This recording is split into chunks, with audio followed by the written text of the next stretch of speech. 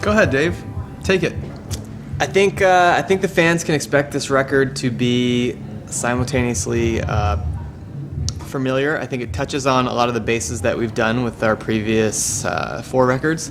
At the same time, we've continued to try to push ourselves to work with new sounds and create and engineer new textures with what we're doing. So I think it's a good comprehensive blend of where we've been over the last 10 years and also our look towards the future.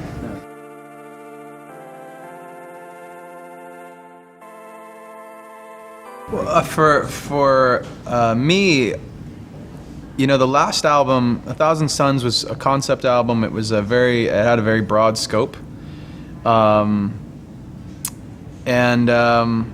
guess it helps to know that when we write lyrics, it's like a very intuitive process. It's kind of a subliminal kind of inspiration, as opposed to I have an idea for a song and then I make that idea happen in the song. It's the original idea kind of doesn't exist. We just listen to the music and see what the music draws out.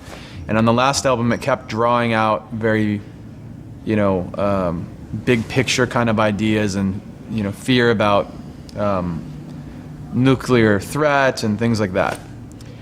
Having said that, with that behind us, I think the new album was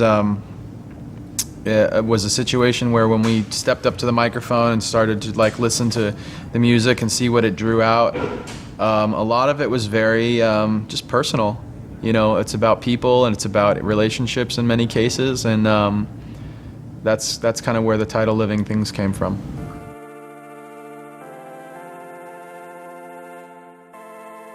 Well, with our fans, we like to do a lot of, especially leading up to the release of an album, we've been doing a lot of puzzles and games, and anything from, in previous, in the last few records, we've done things like puzzles that they needed to decipher, or, I don't know, like binary code that you have to translate to find out more about the album, or you'd have to, pull apart a picture in Photoshop or something to understand what's hidden inside of it.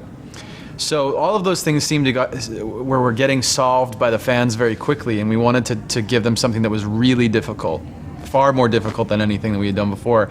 And it was this, the idea was to do a scavenger hunt. I understand you guys, Germans have a different word for it. It's like a Schnitzeljagd. Schnitzeljagd. Yeah, that's amazing. So Schnitzeljagd was the concept. It was like we're going to basically make the fan base work together, and not just that sounds like simple, but when you start to think about people from different countries with language barriers working together to find items that are actually hidden on the ground somewhere, it becomes very difficult. It started in Australia, it went to Japan, it went to Brazil and the US and Canada. It went all over the world, and people would find these clues to try and get to the next step. But the funniest part was the fans never even knew what they were chasing after. They didn't know what the goal was at the end of it all. And at the end,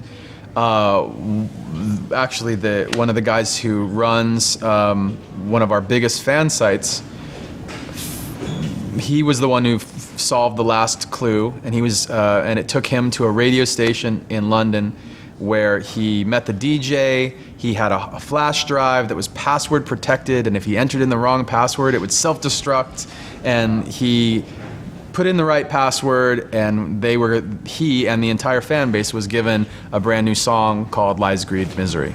Actually, it finished like last week, and it was so thrilling.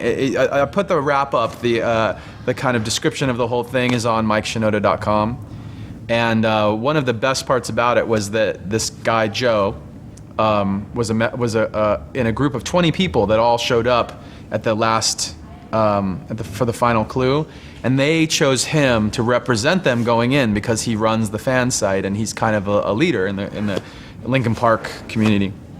And so when I told him, what's on this flash drive, here's how you get it, this is the password, and there's a song, and you get to leak it. You get to leak it to the whole fan base.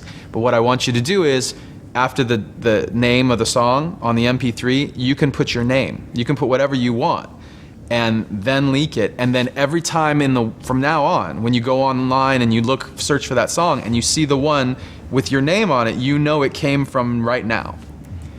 And the thing that was so funny about what he did is he chose, at the end of the day, he chose not to put his name on it. He put lpassociation.com on it instead. And that was so, I just think that's symbolic of the way that this fan community thinks. They do think about the bigger picture. They do think about their friends and their peers, and it's not about themselves, and it's not about just the band.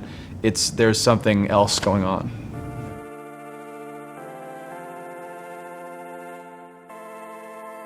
This festival's always been special. I think I remember the first time we played it 11 years ago, either 11 or 12. I'm kind of like belying the fact that I don't remember it, but I do, because it was the first time we'd ever played on a large festival style stage. And it was the first time as well for me that, we're playing at 2 o'clock in the afternoon. You can see the entire crowd. It's daylight. There's no hiding how many people are there. And I get handed my bass to play, and there's that split second of, I don't really know how this is going to go, if I'm going to actually really remember how this works as far as just even playing the instrument, because I'm a little bit freaked out. And luckily it went well, and we've been able to come back many times, and it's definitely, this is one of the shows, every few years that we get to play that we look forward to. It's an awesome festival, one of the best in the world, if not the best.